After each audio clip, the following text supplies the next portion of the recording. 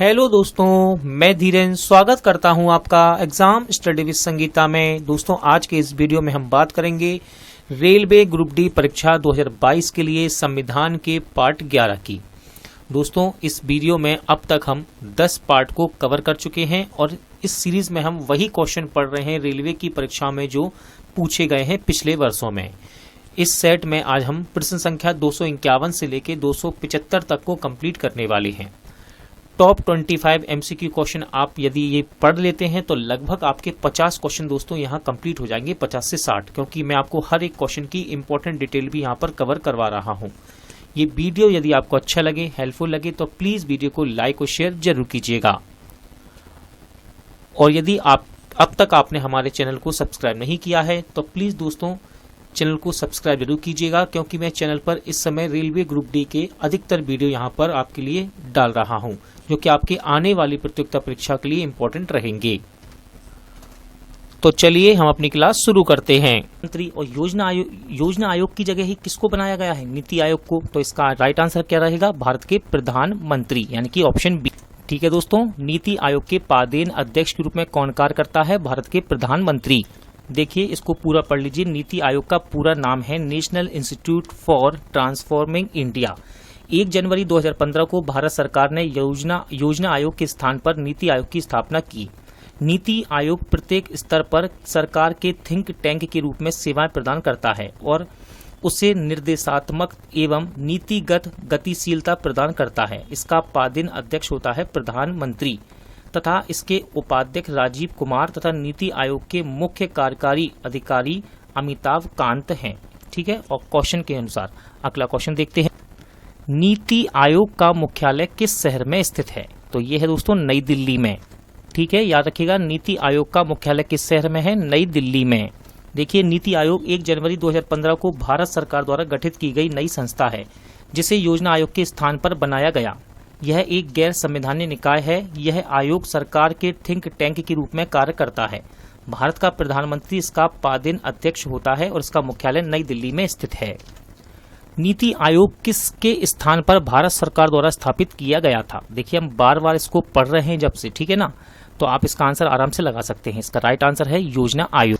ठीक है ना, नीति आयोग किसके स्थान पर भारत सरकार द्वारा स्थापित किया गया था? योजना आयोग।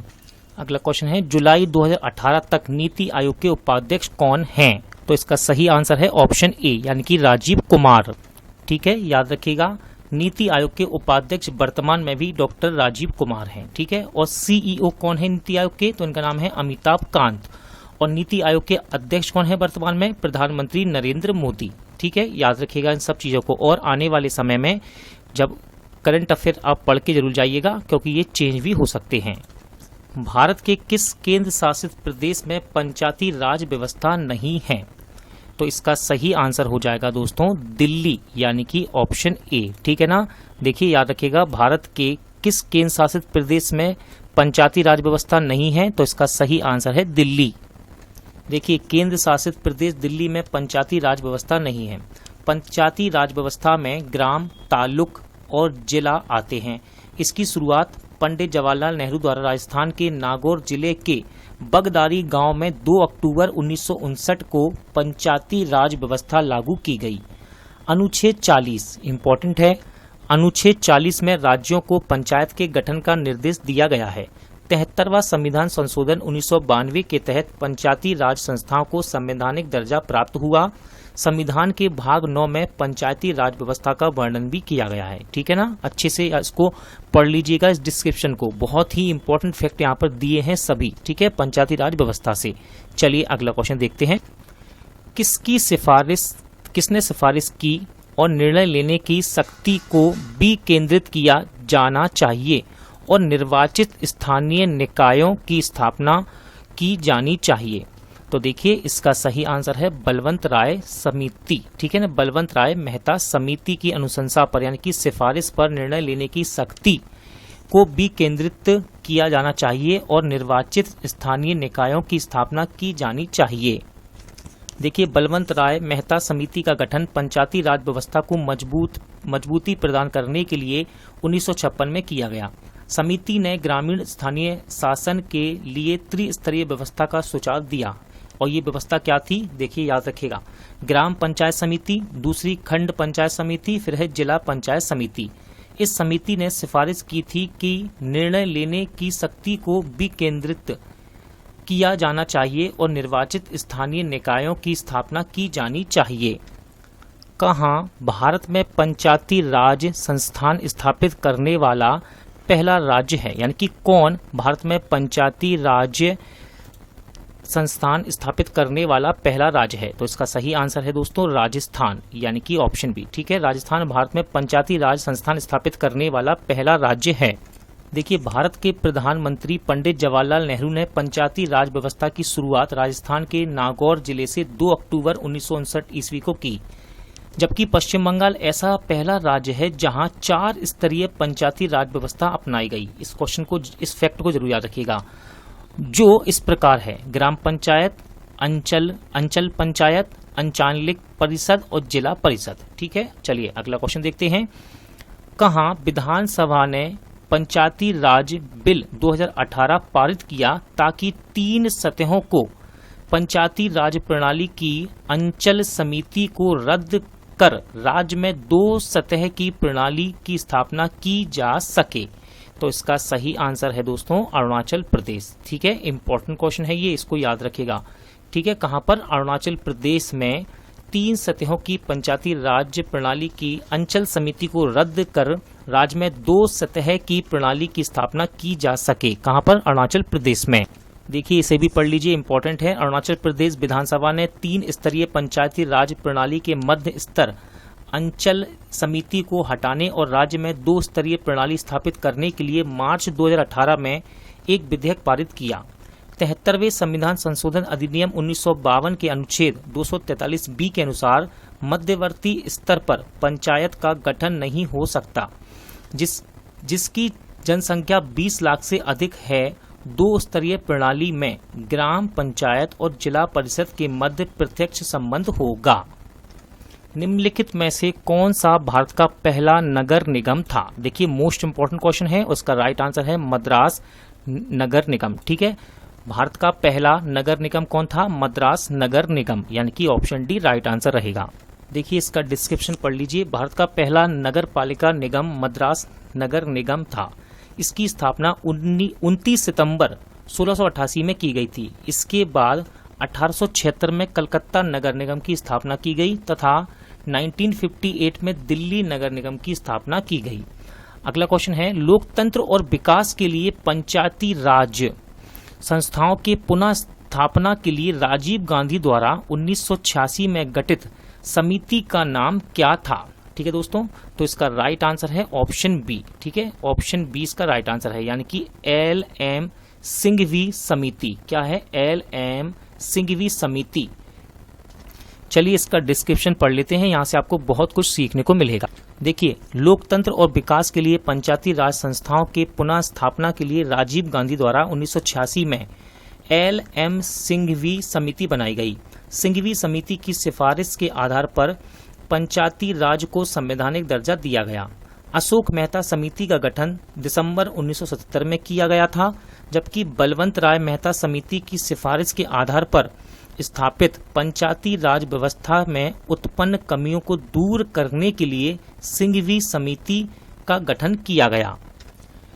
अगर पंचायत स्थगित हो जाए तो चुनाव होगा, यानी आप ये आपसे पूछ रहा है यदि पंचायत स्थगित हो जाए तो कितने माह के अंदर चुनाव होगा? तो इसका सही आंसर है ऑप्शन ए, स्थगित समय से 6 महीने के अंदर चुनाव होगा। ठीक है, अगर पंचायत स्थगित हो जाए तो चुनाव कब होगा?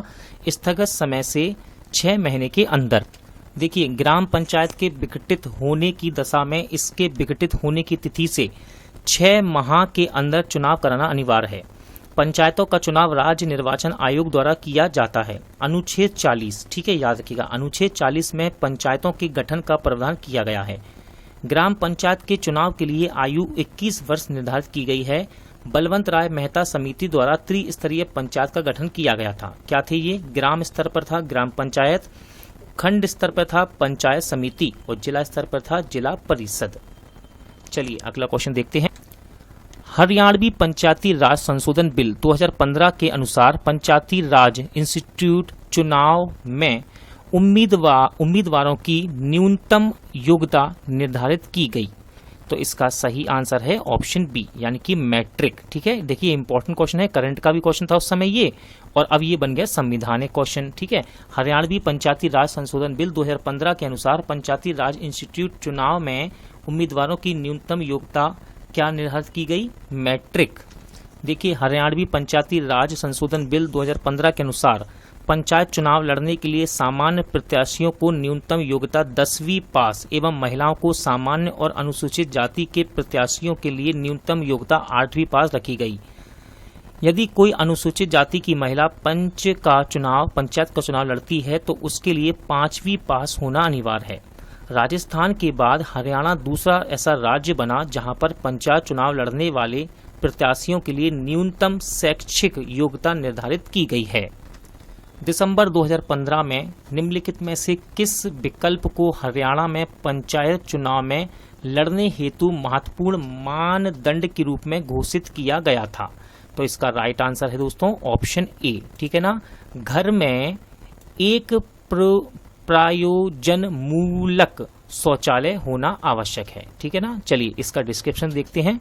दिसंबर 2015 में घर में एक प्रयोजन मूलक शौचालय को हरियाणा में पंचायत चुनाव में लड़ने हेतु महत्वपूर्ण मानदंड के रूप में घोषित किया गया था। चलिए अगला क्वेश्चन देखते हैं। राजस्थान में लगभग 93% आदिवासी महिलाएं सरपंच के पद के लिए चुनाव नहीं लड़ सकती क्योंकि वे पर्याप्त रूप से शिक्षित नहीं हैं। शिक्षा संबंधी आवश्यक योग्यता यहाँ पर क्या है? ठीक है, तो आपको यहाँ पर आपको बताना है कि न्यूनतम शिक्षा संबंधी योग्यता क्या है। तो राइट आंसर इसका ऑप्शन बी, यानी कि न्यूनतम योग्यता आपकी कितनी होनी चाहिए? कक्षा 5 आपको पास होना चाहिए। ठीक है ना, तब जाकर आप राजस्थान में लगभग कह रहा है ना, यहाँ पर आप उम्मीदवार बन सकते हैं सरपंच के चुनाव के लिए। देखिए, राजस्थान में लगभग 93% आदिवासी महिलाएं सरपंच के पद के लिए चुनाव नहीं लड़ सकती क्योंकि वे पर्याप्त रूप से शिक्षित नहीं हैं। शिक्षा संबंधी आवश्यक योग्यता कक्षा 5 पास होना अनिवार्य है, ऐसा राजस्थान पंचायती राज संशोधन विधेयक 2015 में किया गया। भारत में आपातकाल की घोषणा करने का अधिकार किसके पास है?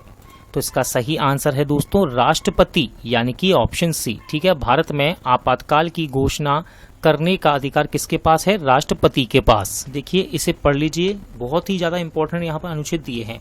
आपातकाल से संबंधित उपबंध भारतीय संविधान के भाग 18 के अनुच्छेद 352 से 360 के अंतर्गत मिलता है। मंत्री परिषद के परामर्श से राष्ट्रपति 3 प्रकार के आपात लागू कर सकता है। पहला है राष्ट्रपति आपात, जिसका अनुच्छेद है 352। इसके बाद है राष्ट्रपति शासन, जिसका अनुच्छेद है 356। फिर है वित्तीय आपात, जिसका अनुच्छेद है 360। ठीक है, अब देखिए भारत के राष्ट्रपति के पास कुछ महत्वपूर्ण शक्तियां भी हैं, इन्हें भी याद रखिएगा। संसद सदस्यों के मनोनयन का अधिकार, अध्यादेश जारी करने की शक्ति जो कि अनुच्छेद 123 में बताई गई है, और क्षमादान की शक्ति जो कि अनुच्छेद 72 में है। साथ ही साथ नियुक्ति संबंधी अधिकार जैसे कि प्रधानमंत्री, मंत्रिपरिषद, मुख्य न्यायाधीश, महान्यायवादी आदि। अगला क्वेश्चन है, भारत में आपातकाल की घोषणा कौन कर सकता है? तो देखिए अभी हमने इसका डिस्क्रिप्शन अच्छे से पढ़ा था इस क्वेश्चन का, तो आप आंसर लगा सकते हैं। इसका सही आंसर क्या होगा? राष्ट्रपति। ठीक है, भारत में आपातकाल की घोषणा कौन कर सकता है? राष्ट्रपति। क्वेश्चन है, जब इंदिरा गांधी देश की प्रधानमंत्री थी तो उस दौरान भारत में आंतरिक आपातकाल की घोषणा कब की गई थी? तो इसका सही आंसर है 1975, यानी कि ऑप्शन बी। ठीक है दोस्तों, जब इंदिरा गांधी देश की प्रधानमंत्री थी तो उस समय भारत में आंतरिक आपातकाल की घोषणा कब की गई थी? 1975 में। देखिए इसे पढ़ लीजिए, इंदिरा गांधी ने 1966 से लेकर 1977 तक और 1980 से लेकर मृत्यु तक देश के प्रधानमंत्री का पदभार संभाला था। 1975 में विपक्षी दलों और सामाजिक कार्यकर्ताओं ने बढ़ती मुद्रास्फीति, अर्थव्यवस्था की खराब स्थिति और अनियंत्रित भ्रष्टाचार पर इंदिरा गांधी की अगुवाई वाली केंद्र सरकार के खिलाफ बहुमत प्रदर्शन किया। इलाहाबाद उच्च न्यायालय ने फैसला सुनाया कि इंदिरा गांधी ने पिछले चुनाव के दौरान अवैध तरीके का इस्तेमाल किया था। इस बात ने आग का काम किया। इस कारण लोगों में उनके प्रति क्रोध भी बढ़ गया था। श्रीमती गांधी 26 जून 1975 के दिन इस्तीफा देने के बजाय देश में अशांत राजनीतिक स्थिति के कारण आपातकाल घोषित कर दिया गया? किस अनुच्छेद के अनुसार वैध कारणों के आधार पर राज्य में राष्ट्रपति शासन लागू किया जा सकता है? तो सही आंसर है अनुच्छेद 356 यानी कि ऑप्शन ए। ठीक है, अनुच्छेद 356 के अनुसार वैध कारणों के आधार पर राज्यों में राष्ट्रपति शासन लागू किया जा सकता है। देखिए इसे भी पढ़ लीजिए, इंपॉर्टेंट है। संकट काल से निपटने के लिए राष्ट्रपति को निम्नलिखित आपातकालीन शक्तियां प्राप्त हैं। पहला है युद्ध या फिर बाह्य आक्रमण या सशस्त्र विद्रोह से उत्पन्न आपात, जिसका वर्णन अनुच्छेद 352 में है। इसके बाद है राज्यों में संवैधानिक तंत्र की विफलता से उत्पन्न आपात, यानी कि अनुच्छेद 356 की ये बात कर रहा है। फिर है वित्तीय आपात, जो कि अनुच्छेद 360 में बताया गया है। भारत में राष्ट्रीय आपातकाल किसके शासनकाल में लगाया गया था? तो इसका सही आंसर है दोस्तों ऑप्शन डी, यानी कि इंदिरा गांधी। ठीक है ना, भारत में राष्ट्रीय आपातकाल 25 जून 1975 से 21 मार्च 1977 तक इंदिरा गांधी के शासनकाल में लगा। उस समय देश के तत्कालीन राष्ट्रपति फखरुद्दीन अली अहमद ने इसकी घोषणा की थी। भारतीय संविधान के किस अनुच्छेद में वित्तीय आपातकाल से संबंधित प्रावधान वर्णित हैं? सही आंसर है अनुच्छेद 360। ठीक है, अनुच्छेद 360 में वित्तीय आपातकाल से संबंधित प्रावधान वर्णित हैं। देखिए भारतीय संविधान के अनुच्छेद 360 के अनुसार राष्ट्रपति को ऐसा संज्ञा होने पर कि भारत या उसके किसी भाग में वित्तीय शाखा का खतरा पैदा हो गया है तो वह वित्तीय आपातकाल की उद्घोषणा कर सकता है। अनुच्छेद 148 में क्या बताया गया है? देखिए 148 कहाँ से आ गया? ऑप्शन में दिए हुए हैं, इसलिए इसने इसको भी यहाँ पर बता दिया, तो ये भी याद रखिएगा। अनुच्छेद 148 में भारत का नियंत्रक एवं महालेखा परीक्षक, ठीक है, इसका वर्णन है। और अनुच्छेद 143 में परामर्शदात्री क्षेत्राधिकार तथा अनुच्छेद 72 में क्या है? राष्ट्रपति के क्षमादान शक्ति से संबंधित वर्णन है। अगला क्वेश्चन है आपातकालीन या आपदाओं के मामले में भारत सरकार द्वारा निम्नलिखित में से कौन सी निधि का उपयोग किया जा सकता है? तो इसका आंसर है आकस्मिक निधि। ठीक है दोस्तों, आकस्मिक निधि याद रखिएगा इसका नाम। आपातकालीन या आपदाओं के मामले में भारत सरकार द्वारा आकस्मिक निधि का उपयोग किया जा सकता है। देखिए भारतीय संविधान के अनुच्छेद 267, ठीक है, में आकस्मिक निधि का वर्णन है।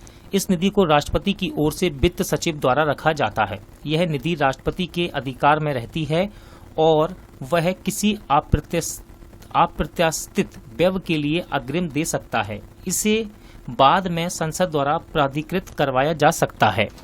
भारतीय संविधान के निम्न में से किस संशोधन द्वारा दिल्ली को राष्ट्रीय राजधानी क्षेत्र का दर्जा दिया गया था? सही आंसर है 69वें संविधान संशोधन अधिनियम द्वारा। ठीक है, दिल्ली को राष्ट्रीय राजधानी क्षेत्र का दर्जा किसके द्वारा दिया गया?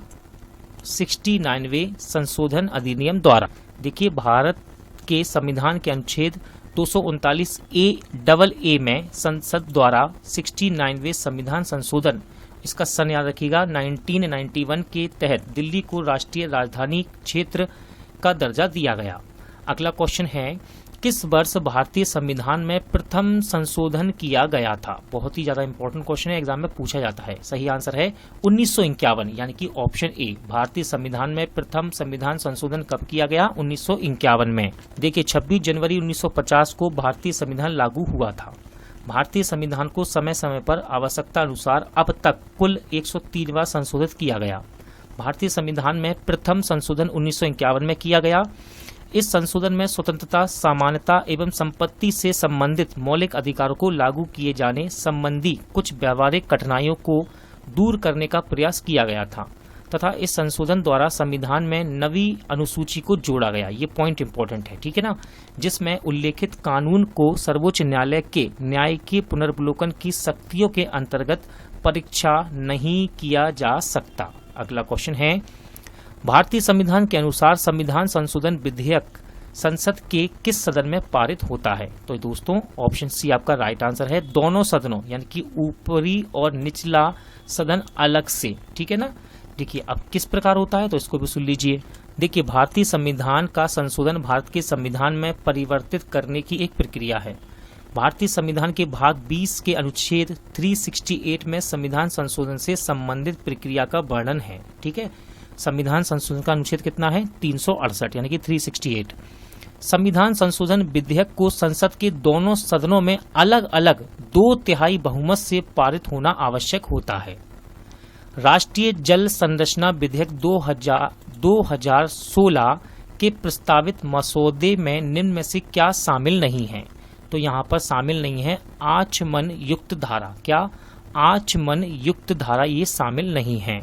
देखिए, राष्ट्रीय जल संरचना विधेयक 2016 में अविरल धारा, निर्मल धारा, स्वच्छ किनारा प्रस्तावित मसौदे में शामिल हैं, जबकि आचमन युक्त धारा शामिल नहीं है। 1906। दोस्तों, आज का वीडियो यही एंड होता है। उम्मीद करता हूं आपको सभी क्वेश्चन अच्छे लगे होंगे, समझ आए होंगे। पूरा वीडियो देखने के लिए धन्यवाद। जल्द मिलते हैं नेक्स्ट वीडियो के साथ।